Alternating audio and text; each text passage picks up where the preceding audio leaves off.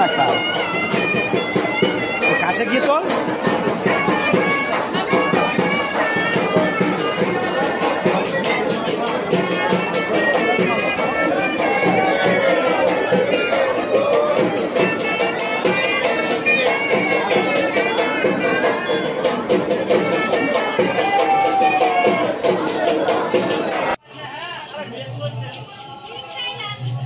বন্ধুরা তারাপীঠ থেকে চলে এলাম সকালেই, মায়ের দর্শন করে চলে এলাম। এটা হচ্ছে ইস্কন মন্দির। চলো ভিতরে যাওয়া যাক। বাইরে থেকে বন্ধুরা এখানে লেখা লিখে দিয়েছে যে মোবাইল ভিতরে নিয়ে যাওয়া মানার জন্য। ভিতরে সুন্দরভাবে দেখাতে পারিনি। চলে এলাম কিছু দূর দিয়ে আবার একটা ইস্কন মন্দির। তারাপীঠে এসে সাইড সিন ইস্কন মন্দিরগুলো না দেখলে তোমরা বিশ্বাস করতে পারবে না, খুব সুন্দর। এটা তো আমার সব থেকে প্রিয়।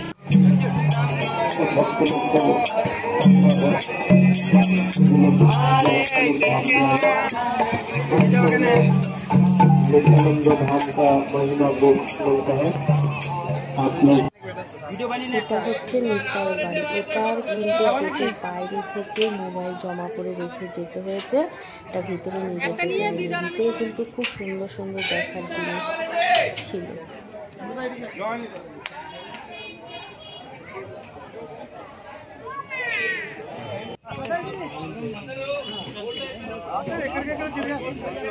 কিছুদিন গিয়ে আবার একটা কিন্তু একটা মন্দির আছে, শুধু মন্দিরের চূড়াটা অনেকে ঘুরে সামনে করছে।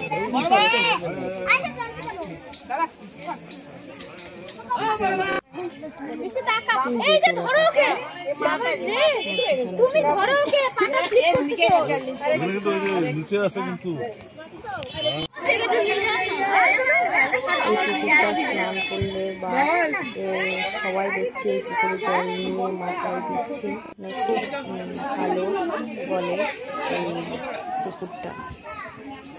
অনেকে দেখছি যে তুলসী মালাও কিন্তু ওই পুকুরে জলে চুবিয়ে নিচ্ছে।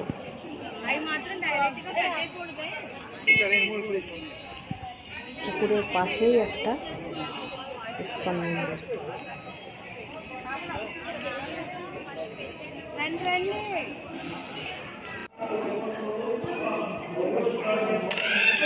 হরে কৃষ্ণ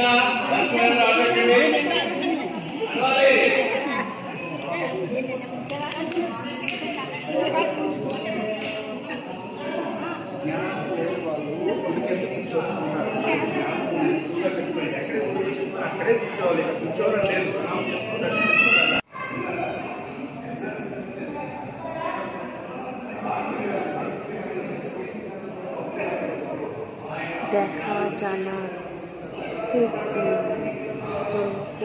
সব কিছু আছে, অনেক জ্ঞান লাভ করার জন্য।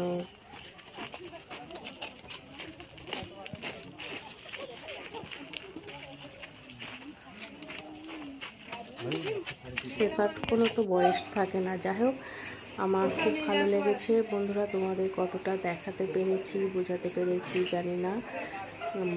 মায়ের মন্দির তো আছেই, মায়ের মন্দির তো ওখানে তো খুবই ভালো লেগেছে। ওখানে আরতি পরে ওখান থেকে তো আসতেই ইচ্ছে হয় না, সন্ধ্যাবেলায় বসে থাকতেই ইচ্ছে হচ্ছিলো, অনেকক্ষণ বসেও ছিলাম।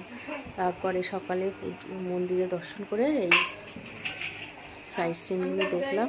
ইস্কন মন্দিরটা খুব ভালো লেগেছে। Bye bye, tata.